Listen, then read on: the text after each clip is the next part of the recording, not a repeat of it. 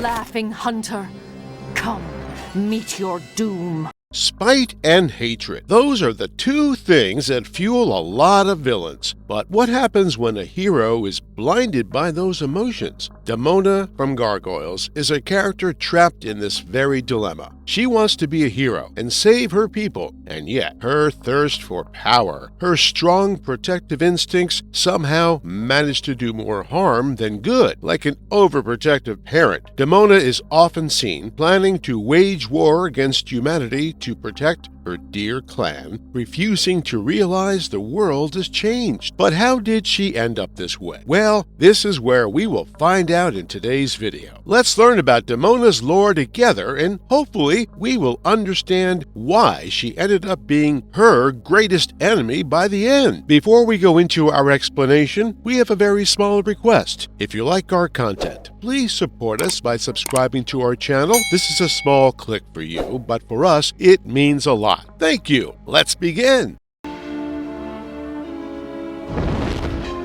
Face me, human, if you dare. Demona's origin story forged in loss and betrayal. Gargoyles are not exactly born the way we are. The mother gargoyle would lay an egg, and from that egg, a new gargoyle would be born. All these eggs were kept in the same place, known as the rookery. Now, on one fateful day in the year 938, an egg hatched in the rookery, and Demona was born. Demona's rookery was also the birthplace for other gargoyles like Goliath, Othello, and Iago, so you can understand that she never grew up lonely. When you grow up with a close group of friends, it is not surprising at all if you end up finding love in one of them. That is exactly what happened to Demona. Demona and Goliath grew up together, and at a very young age, a puppy love blossomed between the two. But as one grows, their interests might vary from what was expected of them. It really is the principle of growing up and finding out who you are, and for Demona, it was not any different. As she grew up, she realized that her interest lay in magic, which was rather unexpected, but her passion for magic was so vast that she was willing to lie to everyone and secretly join the service of the Archmage. Who is the Archmage, you might wonder? Well, the Archmage was an arrogant but experienced sorcerer. As he had fought alongside the Gargoyles against King Cullen's forces in the year 971, everyone knew of him. But magic was not something that all gargoyles looked too fondly upon. So Demona, being an apprentice of the Archmage, would have caused quite a bit of trouble, especially given that she had fought in the war as Goliath's mate, which made him an extremely well-respected member of the clan. But Demona knew what she wanted, and she decided to go through with it either way. The Archmage did not treat Demona kindly. He treated her like an errand runner. But despite the harsh treatment, Demona did not sway. She learned sorcery from his teachings. As she developed an aptitude for it quickly, she soon started teaching Goliath about whatever she learned, as much as she could, without blowing her cover. By the time 975 rolled around, Demona had become a trusted companion of the Archmage. So when he wanted something important done in secret, he decided to trust Demona with it. He asked her to steal the Phoenix Gate, a magical artifact that works as a time machine, from Princess Elena. This Phoenix Gate was one of the 3 keys of power, so you can imagine just how important this artifact was. Well, Demona was pretty game about it. She got her hands on the gate, and right when she was about to leave the premises, something strange happened. Another Demona appeared. She had her own Phoenix Gate at hand and whisked the young Demona away with her to the year 994. Here, Demona met with an older version of Goliath as well, and she learned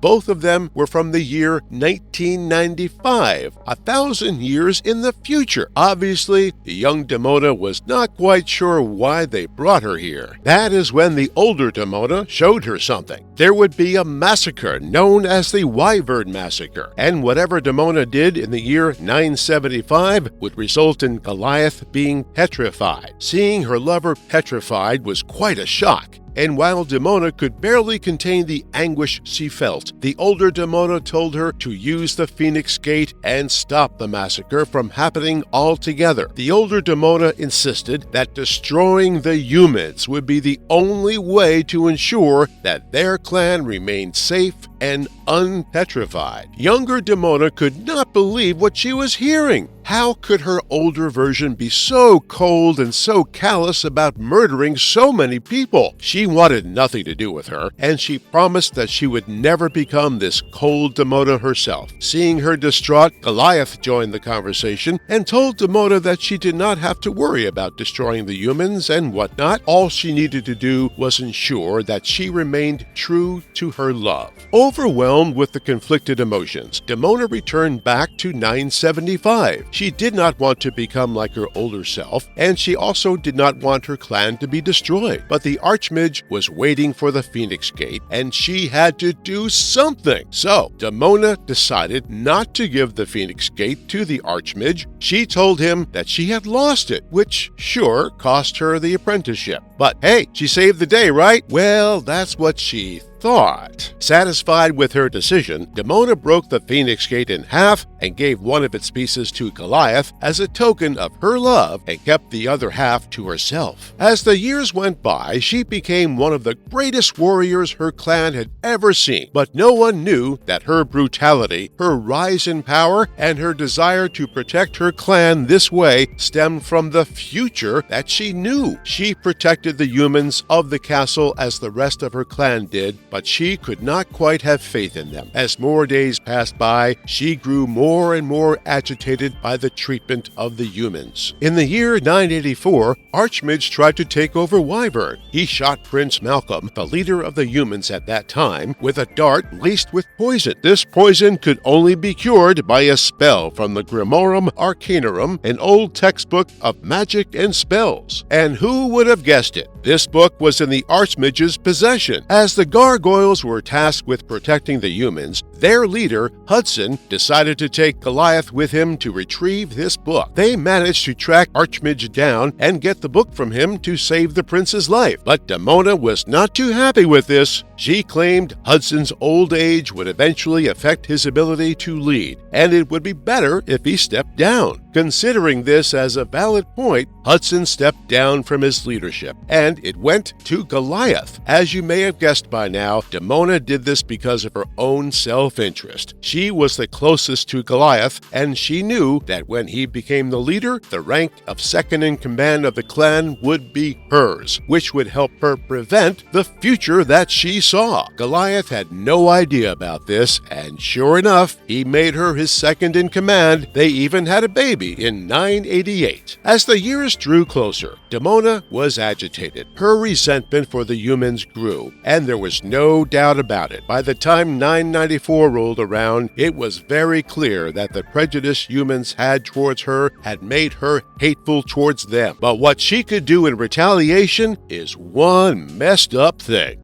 How Demona's choice shattered her clan. Demona knew it was important to get a partner she could trust. She knew she could not go to Goliath and expect him to help her overthrow the humans. That would have been plain stupid. She was smarter than that. Eventually, her search for a trustworthy partner led her to the captain of the guard. She conspired with him, and they formed a plan. Hokum and his Vikings were a threat to the members of the castle. So, using his presence as a threat, the captain and Demona would ask Goliath to take the whole clan and drive the Vikings away. When the Gargoyles are not around, the castle would be captured, and the members of the castle whom Demona did not like would be thrown out. This plan would have worked if Goliath followed through. See, Goliath never felt the same hatred towards humans. His love for them was always something that Demona saw as a weakness, but in Goliath's eyes, it was his duty. When Demona and the captain approached him with the plan, Goliath did not feel like it would be right to leave the castle undefended. So, instead of taking the whole clan, he took Hudson with him. Now, the Gargoyles were creatures who only came alive at night. In the morning, they would be in their stone sleep, and they would be essentially defenseless. If the entire clan had gone and the castle had been overtaken, none of the clan members would have been hurt. But as only Hudson went with Goliath, the rest of the clan members remained behind. The captain was desperate for the castle to be overtaken, so he decided to call Hokum to attack Wyvern in the daytime, despite knowing it would put the entire Gargoyle clan in danger. When Demona heard about it, she was shocked. She did not think things would turn out this way, but she was far too deep in the plan to come clean. If she tried to warn the Gargoyles, everyone would know that she played a part in the conspiracy. But if she did not, then all of her clan would be in certain danger. In a moment of weakness, she fled to the beach and hid there before the siege began. When the night came and she returned to the castle, a horrific sight greeted her. All of her clan was slaughtered mercilessly. Seeing her friends dead on the floor, she was too horrified to face Goliath when she returned to the castle. She hid again, and by the time she returned, the surviving Gargoyles, including Goliath, were put under the stone sleep curse. In her moment of desperation, Demona cried out. She blamed herself, wondering what she had done. But this lasted for just a second. Her grief and rage blinded her, and she felt like this was all done by the humans. Her guilt was buried under her rage. This was her way of avoiding responsibility for her actions. She saw Princess Catherine, Magus, and Tom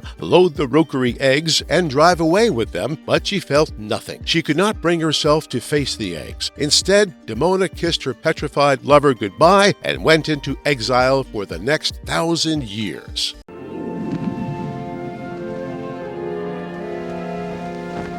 Demona forges a new path for her Gargoyle survivors. 1,000 years is a long time, and Demona was not going to simply laze around. She knew she had to survive. She started stealing food from humans and attacking whoever got in her way to ensure her well-being. One day, while committing a petty theft like that, she came across a kid. In her rage, she attacked the kid and scarred his face. While Demona moved on, just the tree remembered the blow from the axe, and the kid never forgot her. He was Gilcomgain, who became so vengeful towards Demona and her entire clan that he grew up to become the Hunter, the one mercenary whose sole purpose was to kill off Gargoyles. In the meantime, Demona became the leader of all the Gargoyles who managed to survive the attacks on their clan. This clan of hers was scattered, and she kept it this way to ensure the survival of the majority. One of her groups in Sruglia was killed off by King Constantine and Gilcomgain.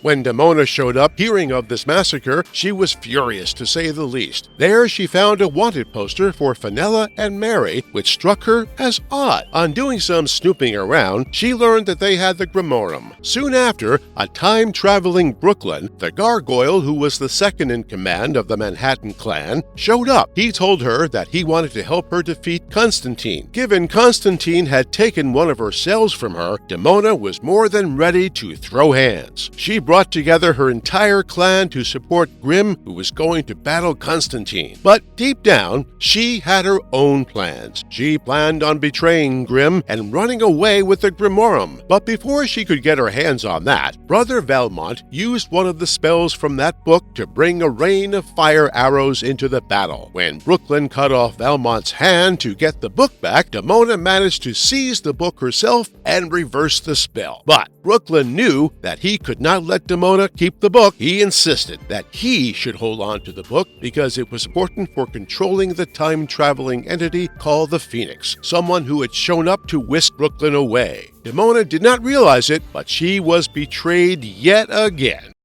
Demona shifting alliances and the Prince of Power. The years rolled by, and as Gilcomgain grew up, he became Demona's worst enemy. In the year 1020, Demona was approached by the Weird Sisters. These sisters are the avatars of Grace, Fury, and Fate, and they had a mission for Demona. They wanted her to attack the Hunter while he was in Castle Moray to kill Finlake and Macbeth. Demona took this opportunity and showed up there. But in the most crucial moment, instead of killing the Hunter, she chose to save the young Macbeth, who was a human. It so happened that 12 years later, Macbeth, in turn, saved Demona's life by killing the Hunter. This formed quite an uncommon alliance between Macbeth and Demona. But thanks to this alliance, Demona entered a bargain with Macbeth. See, Macbeth's cousin, Duncan I of Scotland, was an enemy to both of them. Macbeth wanted Demona to help protect his kingdom, and Demona wanted her youth back so she could protect her clan. The Weird Sisters used their powers and turned Macbeth Macbeth into 51 and Demona into the Gargoyles' equivalent of 35, the age that he was then. One thing they conveniently forgot to mention was that both of them would remain immortal and unaging unless one of them killed the other. I have a feeling this would end up becoming relevant down the line, don't you? Now, with her youth back on her side, Demona was back in business. Macbeth was impressed with her combat skills, and slowly but surely he became completely dependent on Demona's clan and her support when he finally went to war with Duncan. Thanks to Demona, Macbeth won the fight, and he was the one who gave her the name Demona, for she could fight like a demon. Demona was quite pleased with herself and became his primary advisor come friend. But this friendship did not last long. Whatever trust she had in him evaporated when he overheard that Macbeth was planning to betray her to win the support of the English. She was worried that this would come true, and so to protect herself, she abandoned Macbeth's forces to Duncan's son, Canmore, who was with the English armies. Canmore retaliated by killing the last of her clan, betraying her one more time. Now Demona was Alpine once again, the only one of her kind in Scotland. Fearing for her life, she fled to other parts of the world, and never in the next decades to come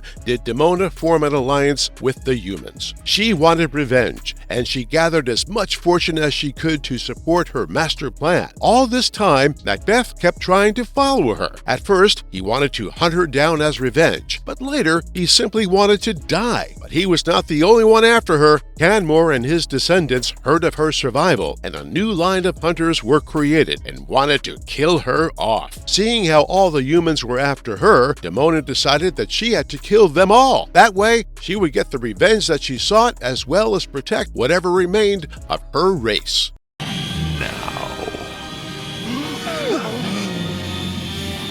Twisted transformation, Demona's descent in modern times. Eventually, Demona found herself an ally who she could use to save her lover. It was David Xanatos. She got him the Grimorum Arcanorum and asked him to bring an end to the spell on the Gargoyles of Castle Wyvern. Xanatos brought the castle to Manhattan and woke up the Gargoyles who were under the stone sleep curse. Finally, after so many years, Demona could be with her mate. Surely this would be the happy ending that she had been hoping for. But no matter how much she tried, Goliath was still not willing to join her in her vendetta against the humans. Instead, he became chummy with the humans, much to Demona's chagrin. Goliath had saved Elizabeth Mazza, and Demona was not too fond of her. She wanted to kill her off, and in one of her several attempts, she met Puck, a magical being. She asked Puck to give her the ability to walk in daylight, to which Puck was more than happy to oblige. But like every other magical request being granted, there was a catch. Demona could walk in the sunlight without turning into stone, but in order to do so, she had to become a human herself. The transformation was extremely painful, and Demona hated that she had to be a human. Macbeth, who was bound to her thanks to the spell of the Weird Sisters, also felt the pain whenever he got close to Demona. But Demona soon came around to the transformation. She realized that her human form came with a few pros that she could use to succeed in her agenda. She took on the name Dominique Destined and started on her master plan. She tried to turn the entire New York City population into gargoyles. When this plan failed, she tried to turn them all into stones so she could smash them whenever she pleased. But this plan was foiled by the many people with whom Demona was close. Goliath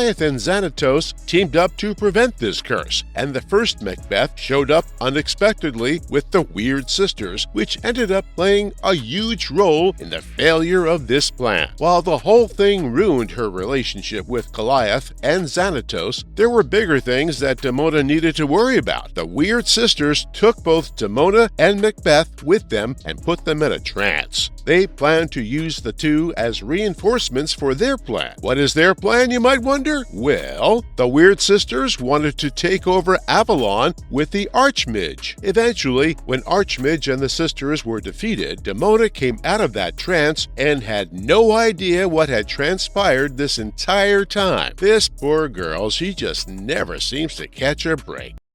Demona builds an empire and discovers a daughter. The Avalon clan were not as big of a monster as Demona's trust issues made her feel. They brought her to Paris along with Macbeth, and there Demona found love again. She came across Thalog, who happened to be Goliath's clone. She became infatuated with him and decided to take a different route to achieve her goals. Using all of the fortune she had stored up, Demona and her new lover opened a company known as Nightstone Unlimited. She manned this company as Dominique Destined and used it to further her goals wherever her gargoyle approach would not work. She even planned on stealing Macbeth's fortune, but when she failed, she settled on creating their very own version of the Manhattan Clan by cloning them. A few years later, when Demona returned to New York, she learned of something that she was not prepared for. Angela, the member of the Avalon clan who joined the Manhattan Clan, was actually hers and Goliath's baby. Demona wanted to be close to her daughter, but Angela did not want to be with her mother at all. Eventually, Demona, Thalog, and their cloned clan managed to take over the original Manhattan Clan. In the fight that ensued, Thalog tried to kill off Angela, but Demona could not let that happen. She turned on Thalog and freed the Gargoyles, asking Goliath to save their daughter. But just because she cared about her daughter, that did not mean that Demona would give up on her plan of revenge against the humans. She employed Severus, the one who told her about Angela, and got him to make the CV-1000 carrier virus. She wanted to lace this virus to the industrial detergent of Xanatos Enterprises, using Xanatos Company to carry out her plan. On the night of the Hunter's Moon, she used the Medici tablet and the fulfillment spell engraved on it to merge the detergent and virus. This resulted in a powerful plague that could spread all over the world and kill off all intelligent life on the planet. To protect the Gargoyles, who would technically fall victim to this plan, Demona invoked the praying gargoyle and its magic. This was a devastating plan. If she had gone through with it, things would have turned out very different from what we know. Unlike most villains who kept their plans a secret, Demona actually reveals her plan. This led to Goliath intervening at the last minute. Instead of trying to appease her kinder self, Goliath destroyed the prayer gargoyle itself, forcing Demona to choose. If she went ahead with the plan, her race would die down along with the humans, or she could stop and forget revenge. Just to save her own people, Demona chose to abandon her plan and escape. The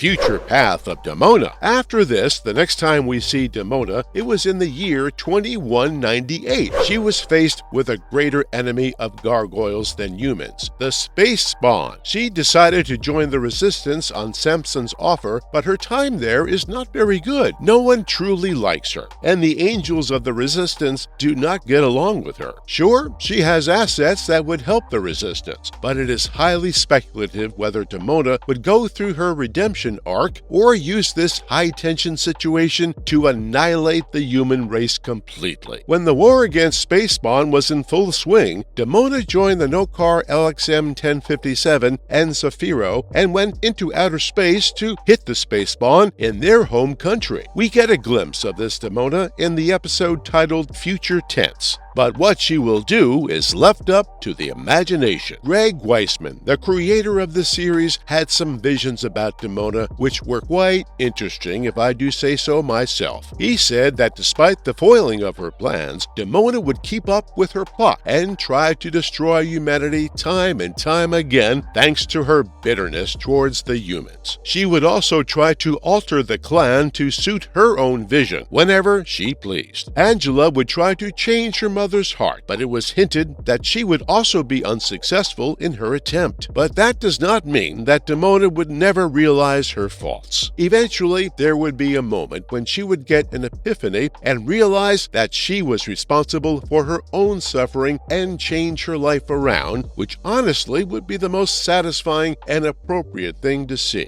she would get the wake-up call she desperately needs, and maybe she would stop being the destructive Delulu queen that we like so much. Not only that, our girl would also end up having a satisfying love life. After her breakup with Goliath and Thalog, things were not looking fresh for her in matters of the heart, but no worries about that. Greg Weisman said that she would not have one, but two romances, although we don't know who they would be. So exciting!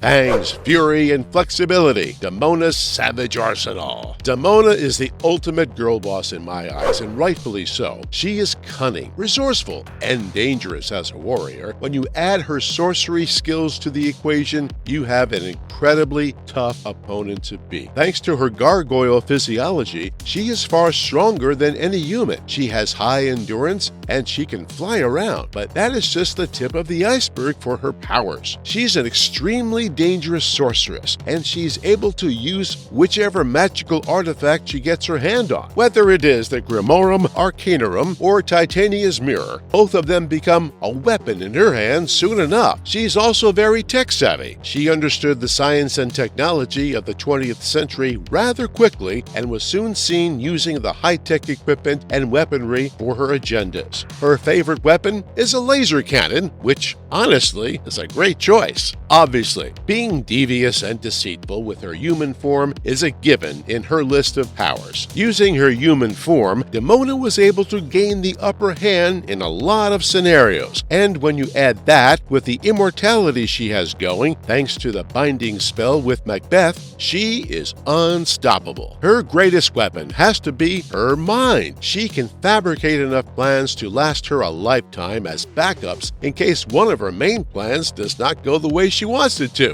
She is resilient and tenacious. She is unwilling to back down, and she is down to manipulate whoever stands in her way if that ensures her victory.